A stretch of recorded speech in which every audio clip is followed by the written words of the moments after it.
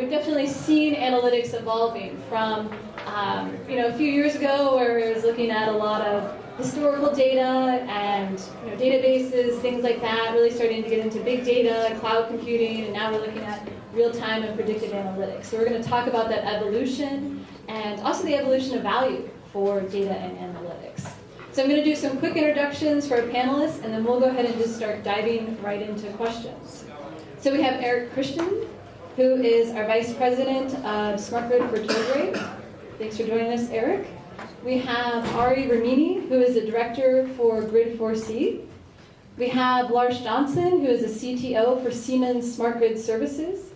Thanks for joining us. We have Bill Meehan, who is the Director of Utility Services for Esri. And we have Amir Husain, who is the founder and CEO for SparkCognition. So thanks for joining us, gentlemen. I'm going to take a seat here, and we're really just going to dive into some questions around analytics and how they connect with some of those key concerns that are facing power companies today. So in a recent, let me look at my notes here, in a recent utility dive, State of the Electric Utility in 2015, some of the top business concerns there were old infrastructure, aging workforce, and the current regulatory model. Now, there are definitely a lot of changes that are happening in those areas. So from each of your perspectives, how can analytics really help deal with some of those challenges? I'll kick it off for the panel, and maybe just start by talking about the aging workforce. And Larsh and Bill and I were actually sitting in a panel earlier this morning on OT, IT convergence, and I thought it was interesting. Matt Lamp, the CIO of LEDWP, was saying that 40% of his workforce is going, or his team at least, is going to retire in the next 5 years. And that to me was a staggering statistic, and it's something that everyone in the room is dealing with when they're dealing with their utility customers. And I think one of the key attributes of analytics is that it's moving our customers away from just having silos of tribal knowledge and being able to use information and data and analytics to broaden the breadth of not only the information that each silo inside a utility has, but also the ability to automate the grid, which is a key component of Grid 2.0. Okay, maybe I'll touch 2 points. One is the aging infrastructure, and of course the question we always ask is not what has happened, but really what will happen. And I think that analytics, especially if we look at predictive analytics, is a very, very powerful tool to address this issue. Secondly, I think that there was one more point on this report that was discussing the expectations, the rising expectations of our customers. And I think that that's a very important issue to tackle. And actually, I take this chance to really say thank you for Direct Energy, since they've chosen us, which we see they're very inspiring project with the customer insight. And whoever has not seen the mobile exhibit out there, I think you should check it out. It was very, very fascinating, and of course we're proud of it as well. So I think on the customer insights itself is also a major issue. I think that was spoken this morning by Mr. Khan, the CEO of Direct Energy. I think this is the primary issue where predictive analytics were really able to provide really interesting insights and predictions for the utilities and for the customers themselves. Yeah, I mean, that's a great point around customer engagement and being able to get them involved. All right, Larsh. So, the aging infrastructure, the aging workforce, and the business model, I guess. And all of those are going to be impacted by some kind of data analysis, right? And I'm always saying I hate the word analytics, and I'll say it again, because it means too many different things. And what I'd rather talk about is how analytic information processes and so forth are really embedded in almost everything and need to be able to do more in almost every area of activity within our customer utility space. So clearly in asset management and protecting the value of those current assets and understanding where to make investments with limited capital in strategically upgrading assets That's clearly an area that's a high focus now for most of the folks in this space. I think the aging workforce and the knowledge capture, I think, is coming along with some of that as we start to build this kind of data processing into some of the core applications that are used to run the utility and to make those kinds of dashboards and management tools, KPI assessments and so forth, part of the overall daily processes. And then I think we just heard about what this is going to do in terms of driving new customer value by understanding what customers need and segmenting customers and targeting them, value propositions that are more specific to them individually. So I really do think that the concept of a sort of a central analytics function is a strong one in a lot of ways from an overall management dashboard standpoint, but indeed everything that we see from an operational standpoint will have some kind of analytic function embedded within it, from the control center, to the call center and even to the customer premise. Absolutely. Bill? I'm going to tell a story. I used to work for the power company. Too low. How's this? I used to work for the power company, and I ran operations in a kind of a rural area. And a guy worked for me, and his name was Stanley. And every single day, Stanley had to make a decision, and it was this. When the crews came back from their normal work day, he had to decide, do I keep the crews on overtime, or do I send them home? And we worked in the New England area, so you never know what was going to happen in New England. So to do that, he would go out on the docks and he would talk to his supervisors, he would smell the air, he would look at the weather forecast, he knew where all of the bones were buried in the system. So he had to make a decision. And what he would do is he would kind of do this, organize everything by location, and he'd come into my office and he'd say, Bill, we need 2 crews, or we need 5 crews. And almost all of the time that I knew Stanley, he was almost always right. But what was he doing in his head? He was collecting information, he was organizing it by location, he was doing analytics. Then Stanley retired. And all of that data, all of that nuance, all of that aging infrastructure knowledge just simply walked out the door. So I think the challenge today, we said what, 40%, Matt said 40% of the folks are going to retire. And that's a huge challenge. And it's not just about kind of their intellectual knowledge, it's they know where all of this stuff is buried. And so I think that kind of coming to the rescue is what we're talking about today, the good analytics. We have to substitute that kind of intuitive, nuanced knowledge with real things like sensors and analytics and bringing together not just 1 or 2 data sources, but many, many data sources. And that's really, I think, what big data is all about. Bringing together information, doing that organization. In this case, Stanley was doing it by location and then making a decision in a much more scientific and complete sort of way. Thank you. That was a great lead up actually to the point that I wanted to make, very much in line with my fellow panelists here. To me, information represents experience when it is abstracted as a pattern. At the end of the day, experience is a set of patterns. And now we like to think of it in terms of folksy stories because the neural network that we carry within our cranium, we have a special love and affection for.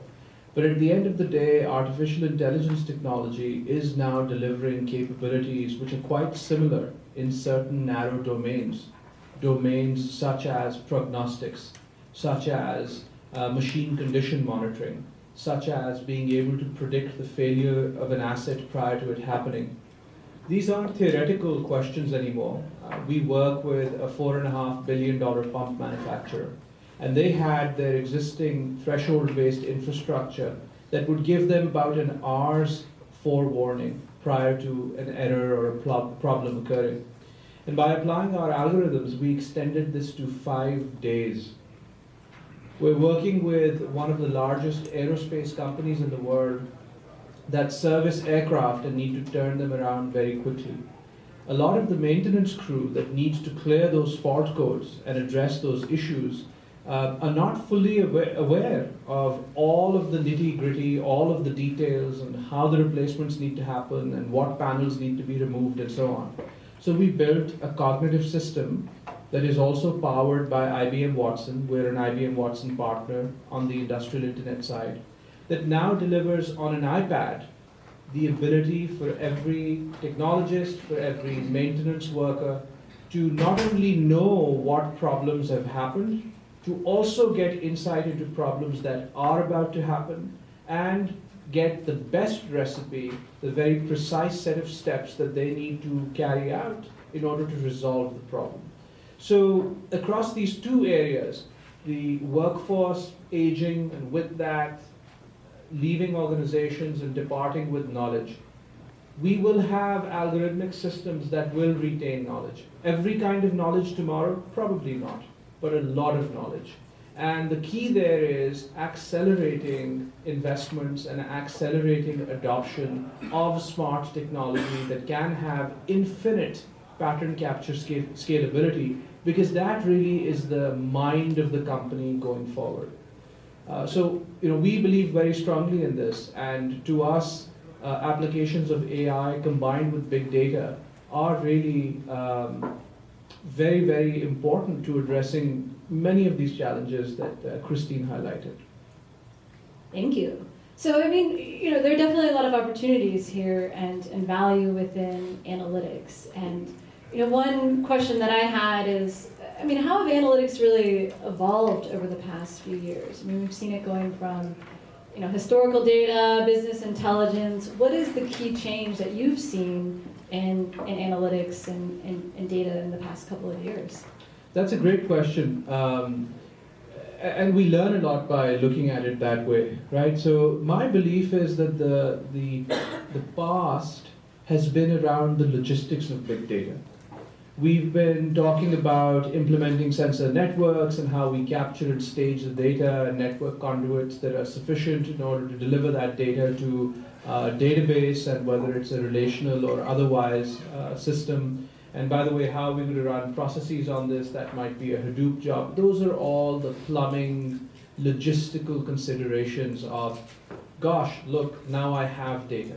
But now is when the interesting elements brought to the fore, which are, what do I do with the data? And that is a cognitive science, an artificial intelligence, a pattern recognition problem.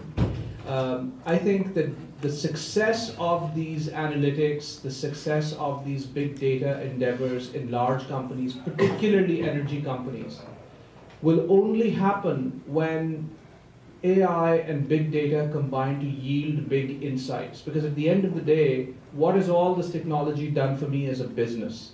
And if you can come in and say, this artificial intelligence model building technology can use that data that you've been collecting over the last 5 years, you now have automated models, not just for the type of equipment, but models that can customize themselves to the specific needs, the specific maintenance histories, and the specific operating conditions of each and every single asset without human intervention. That's a quantum of monitoring that the traditional means of machine condition monitoring simply cannot provide. That's a great point. I love that in terms of building the plumbing and then, looking at what's next. Bill, what do you think? How many people have read the book Age of the Platform? I think it's Simon. How many people have read it? If you haven't, please do. It's a really good read. And the reason why I bring that up is because I think one of the things that make a platform interesting. Now, we think about a platform like Apple platform or Facebook or Amazon. It's a platform. But what's interesting about these platforms is that they're able to communicate one platform to another. You tweet, and then it shows up in LinkedIn, and it shows up in Facebook. Everybody here's been tweeting, right? And maybe a different crowd. But this notion of a platform, I think, makes analytics much more available to everybody. I mean, part of the issue with doing analytics is it sometimes becomes kind of a laboratory experiment. People use it in the lab. But really, we want to get those analytics out to everybody. Having worked in the utility business for many, many years, part of the problem is that the left hand doesn't always know what the right hand is doing. And you want these kind of simple, easy to understand analytics, like where are my biggest problems? Where are there places in my infrastructure where a single event could take the system down? So I think the notion of developing these platforms, these connected systems of systems that are going to allow those sort of analytics and bring in that big data, both from real-time data, from sensor data, all of this stuff from SCADA, from DMS, from OMS. We want to put it all together and connect the dots. Because I think a lot of times what happens is analytics, we only use a subset of the real information, and then we get surprised when something really bad happens, like the case of the I-35 accident that was talked about just earlier. Now, we hadn't really been able to connect the dots to all of these different data sources. And if we were able to do that, that's one thing. But we don't want to have somebody in a laboratory jump up and say, holy crap, look what's happened. We want to get that information out to everybody. So the platform technology is, I think, one of the great things that would move forward to be able to communicate to the masses, to sort of socialize these analytics, is something coming very, very soon. So I'm hearing platform, plumbing. Do you have a P word in terms of the evolution? In our discussion earlier, Bill had followed a discussion in which I was talking about machine-to-machine communication, and he mentioned this was the people-to-people communication. And I think analytics, to the user is certainly a key value proposition. I think the plumbing that we've seen to date has also been very much about centralizing data, bringing data back into some environment in the data center and processing it and coming up with big insights and big results. And that's clearly a very important part of the overall element. The thing about energy in particular, though, is it's the most real-time commodity. When you hit that light switch, the lights come on. When you do something, in the generation station, it impacts the entire grid. So that real-time character of some of the energy processes, I think, and I think also some of the equipment monitoring and so forth, even in other industries, that real-time character is starting to draw some of that same kind of analytic processing or insight development down into embedded devices. And what's really interesting is to think about how the technology and the learning can occur in a centralized fashion, but then that learning can be deployed on devices that sit on the edge of the grid or at the equipment that's being monitored. And I think that's probably one of the most interesting things that's going on right now, as we've seen, attempts to try to process, billions of records in massive streams processing in real time centrally. I think now we're saying, well, let's not necessarily have to do all that. Let's try to push a little of that down to where the actual information and the decision and action need to take place. And that's a machine-to-machine type process. And many examples of that already in place in the electric utility industry with automated switchgear and certain sectionalizing equipment and so forth that talk amongst themselves to figure out what they should do to take action locally.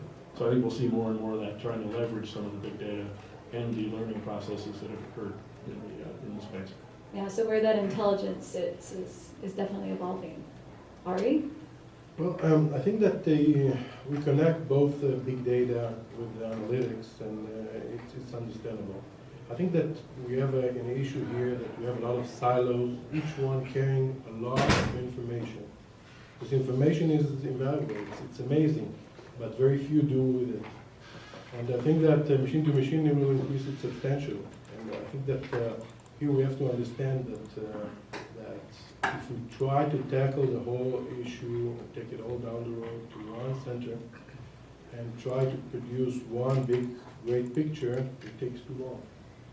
Our customers, either internally in the company or our customers, are impatient. They want to see results very, very fast.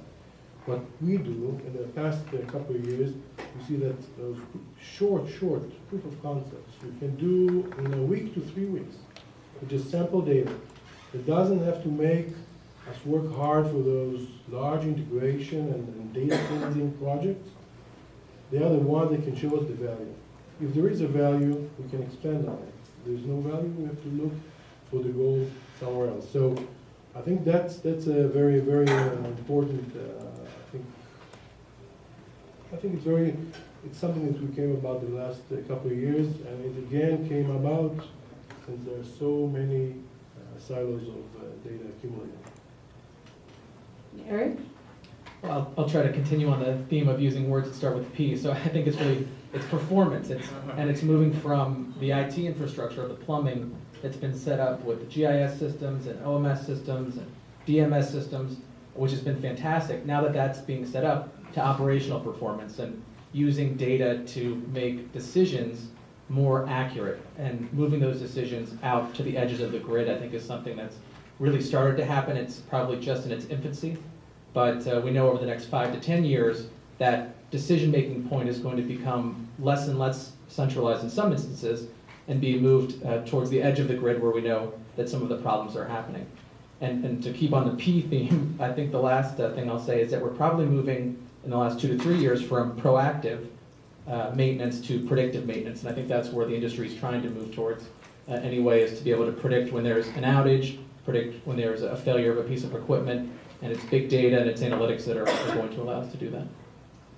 Yeah, I mean, so it sounds like, obviously there are huge opportunities with data and analytics. And a question I had was, how do you keep analytics from really being a separate effort within an organization? How do you really get that integrated? I feel like sometimes I talk with companies and, they have their data scientist, their data expert, or it's the IT piece or the business piece. So how do you really start to bring those groups together and really integrate data and analytics into an organization? Sure, I'll start off.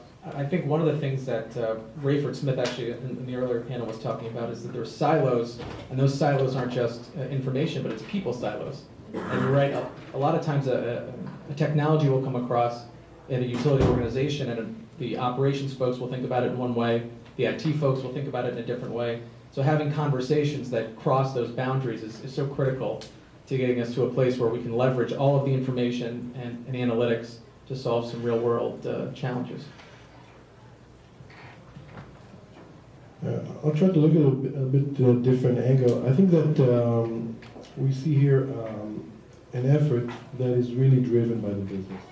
It's not driven by the IT. It's driven by the business and by the innovation teams of the different companies. And I think that connects to the real pain of the matter. I think that also we need to look and see that there is I kind of incline more towards the predictive one, because it's interesting for me to know what's going to happen and not what happened, and what can I do to make it happen or make it happen differently. So the predictive element is very, very powerful, and I think that it has to be used much more widely. It's quite interesting, both on the operational part that you mentioned, and I think also on the issue of segmentation, for example.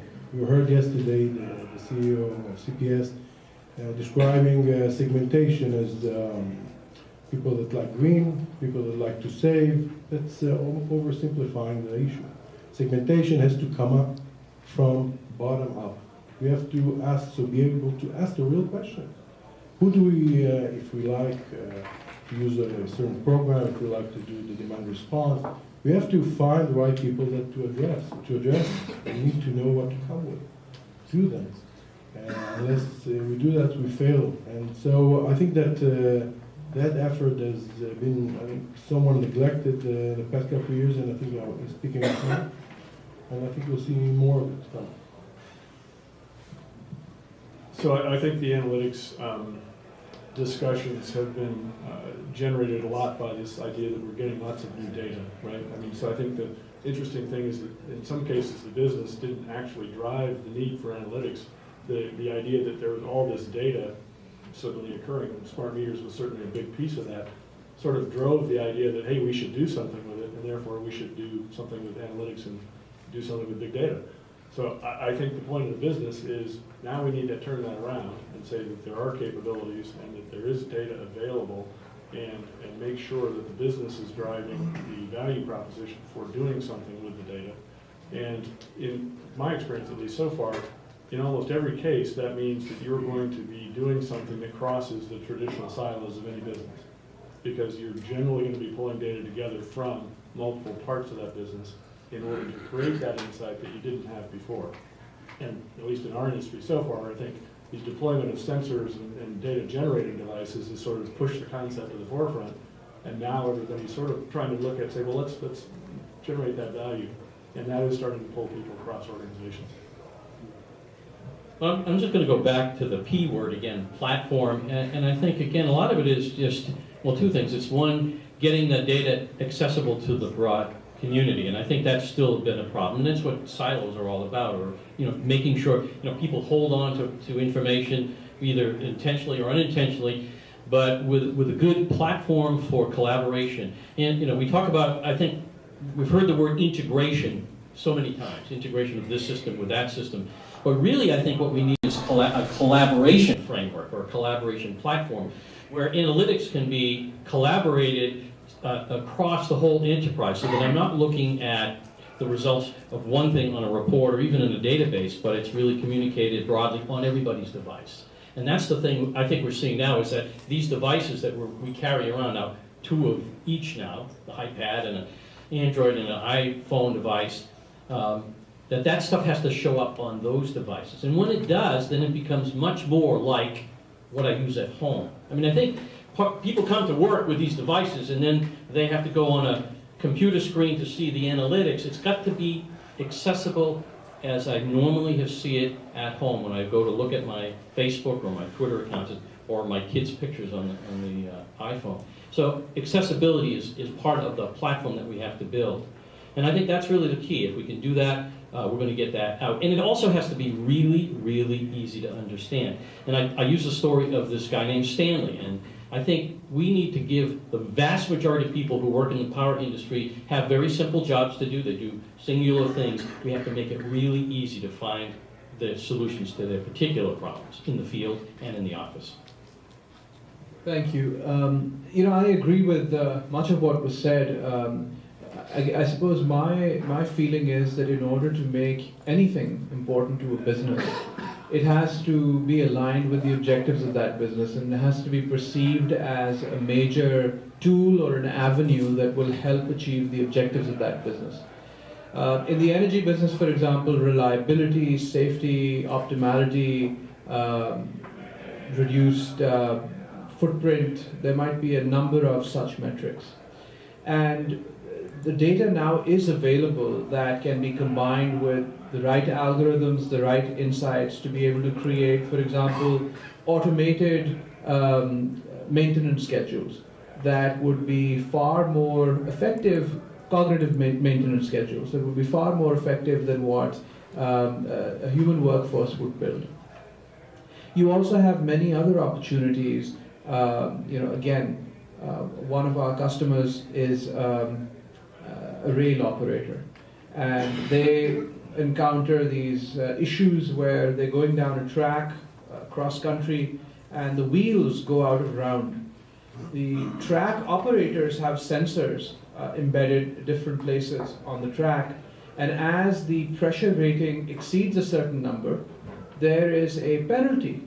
The train gets pulled to a side, and there is a punitive replacement, a very high dollar charge that gets placed on them, and there is an increased danger of an environmental impact while that activity is happening.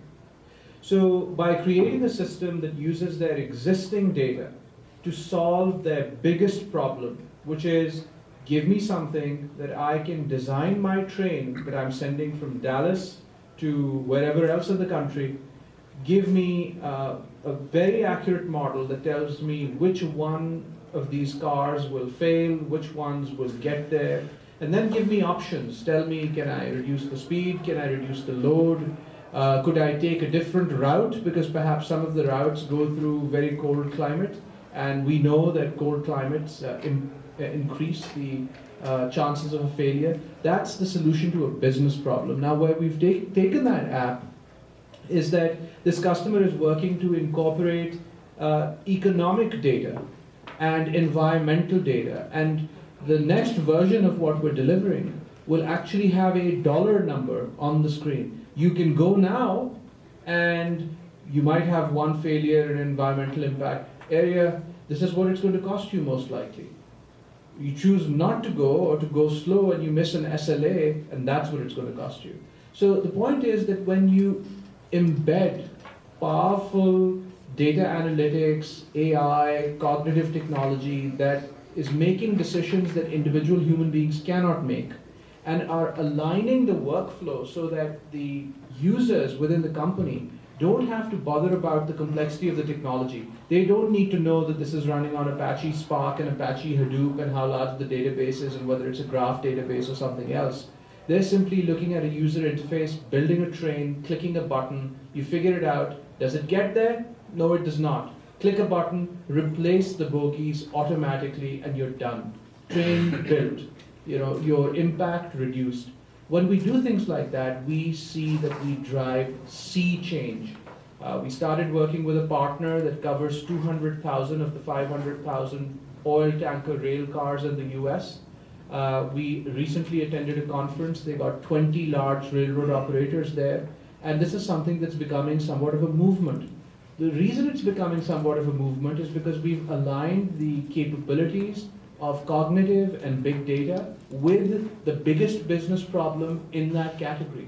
We need to do more of that. When we do that, these sorts of capabilities will subsume into organizations and they'll become par for the course. You've got to make a difference. Yeah, I mean, it sounds like really aligning it with those business objectives and, all the different aspects that come along with running an organization. Now, I heard people mentioned a lot, and, I think there are concerns around, machine learning, all of these things, replacing people, that sort of balance. I mean, how do you achieve that balance between people and, machines? I have this in my hand, so maybe I'll start and pass this along. I have a lot of empathy for machines.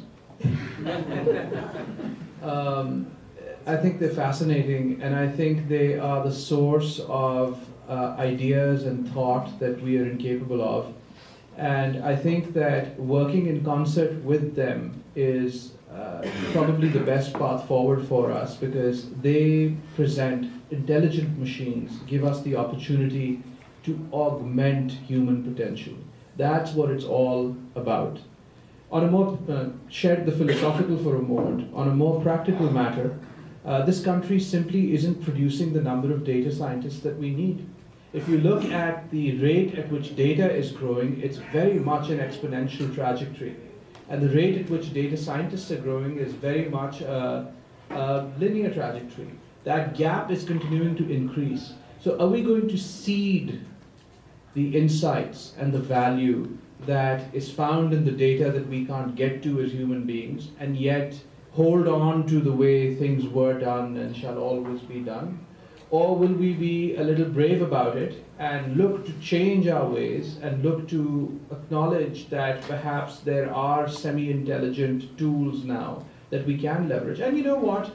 I don't know whether Ray Kurzweil is right or wrong. I don't know whether the singularity is going to happen. But even if it does, it's decades away. I don't think the fears that we project with regards to things like that really should influence fundamental, real engineering work that's happening in these areas. These areas are delivering benefits.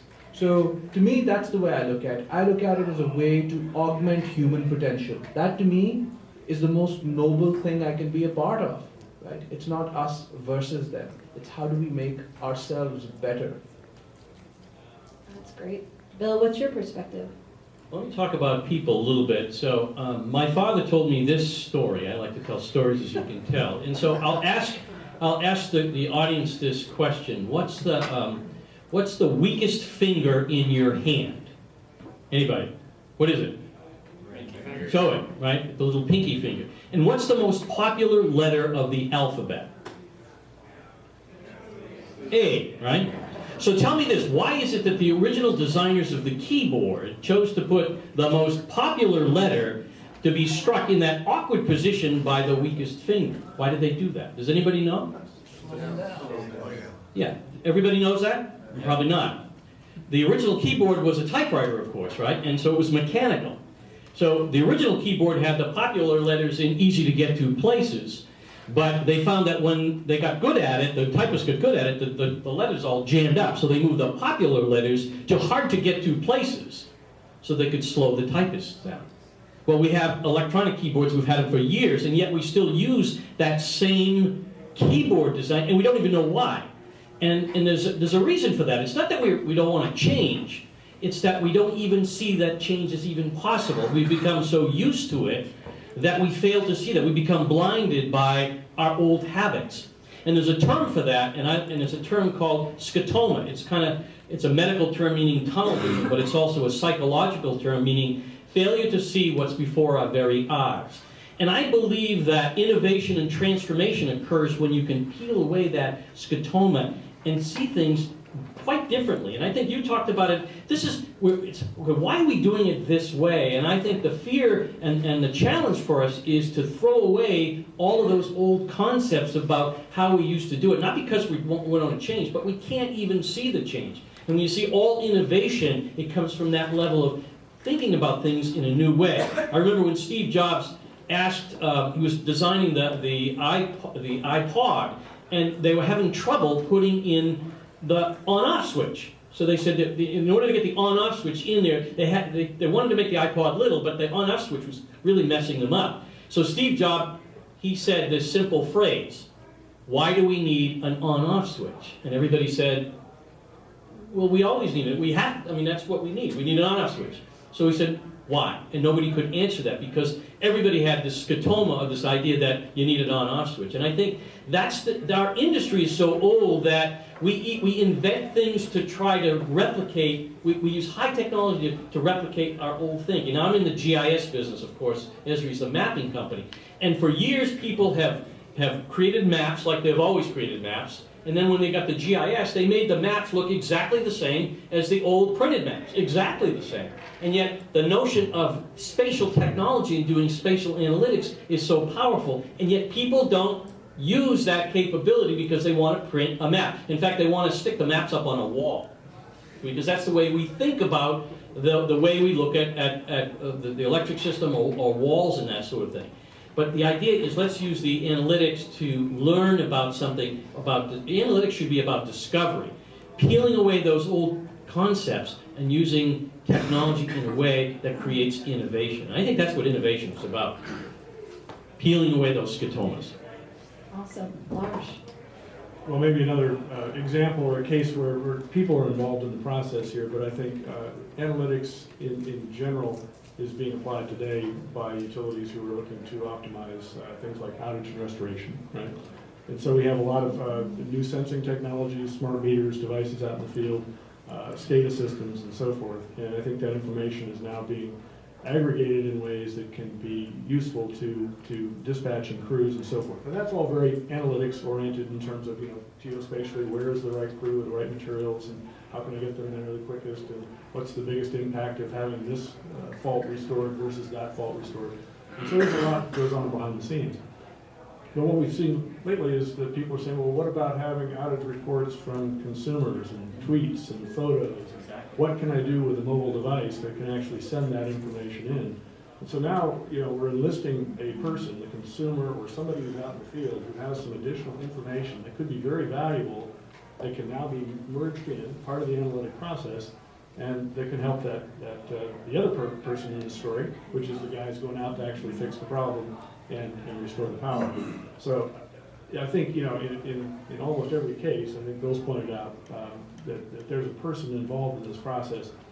And while it may be augmenting their potential, right, it's certainly not, in most cases, displacing their job.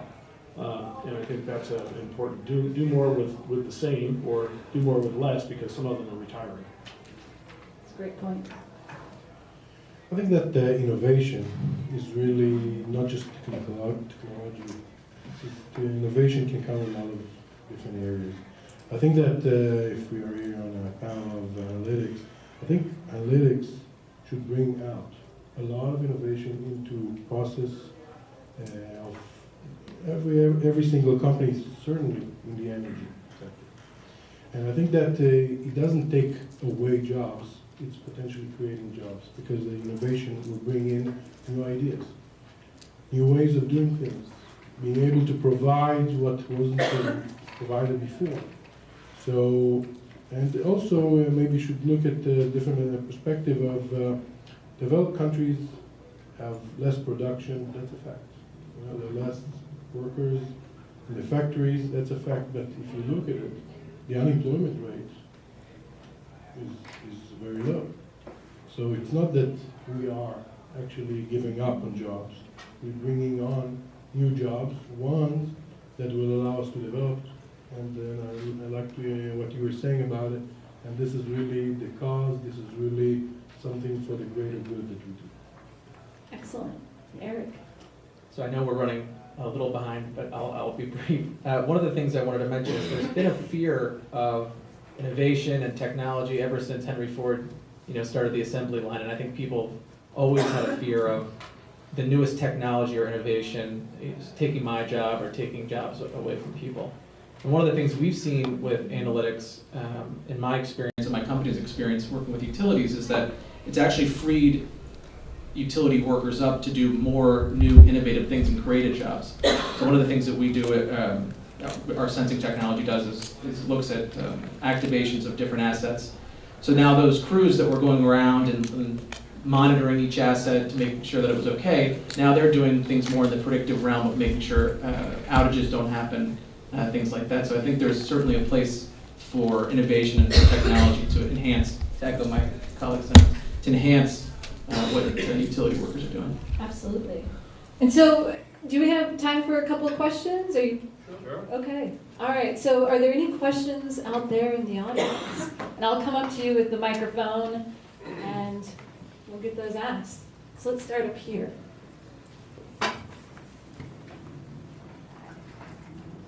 Is all this big data, is that publicly available? I'll start off and I'll pass it down. I think some of my colleagues are even But better. I've got to kind of follow up. Sure, If sure. it's not, if it's not, then if you want to create innovation, you release that data anonymized, but you create an ecosystem for people to work on things that you've never even thought of. Yeah, I completely agree. One of the things I was going to touch on is ownership of data. And I think that's what you're saying. There's certainly a case to be made on the low voltage side with meters. There's a lot of sensitivity, of course, because it's customer driven, but on the distribution and transmission grid, is there an opportunity to open up that data so that more companies and technology providers can build analytics and innovation around the data? And so I think it's a great point that the more open some of the data is within bounds, it fosters an innovative environment. Of course, it has to be balanced with privacy, and that's a major concern for many people. I think that, I've programmed smart meter in '87 in North Carolina, and I was asking, what we're going to do with all this data accumulating? And he said, this is going to be reporting once a day. And we collected data every minute. I asked him, why? He said, who can deal with all this data? So now we're in a different era. I think that we have an enormous amount of data. We talked about it, but I think that it has to be controlled well, because these things can go wrong and people might misuse this data. So I think that either we go by the research centers, universities, able to allow the spread of this data publicly, but in a very controlled manner.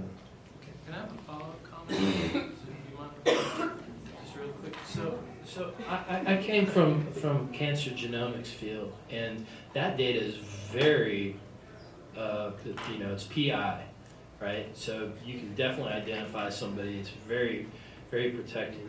But we found a way to make it open and to put controls on it, to allow research groups to sign waivers, whatever it needs to be done. But it's really important, the data that you have, to maybe just as important as DNA data. You're right, and being in a startup, and what we lacked very much at first was data. We wanted to test. We have very advanced machine learning capabilities, but you never know if it works unless you really try to learn data. And it took us a while to get data and to try to see what works and what not. So I totally agree with you. I think it should go that way, and now we have to just persuade the big guys to give us the data. As one of the big guys, let me, we actually are trying to do that right now. We have a number of customers who we've worked with on collaborative development work using data that's been secured with them, with complete restrictions on use and so forth. And what we're trying to do now is to figure out how we can actually develop ways to anonymize the data and yet still preserve the important characteristics.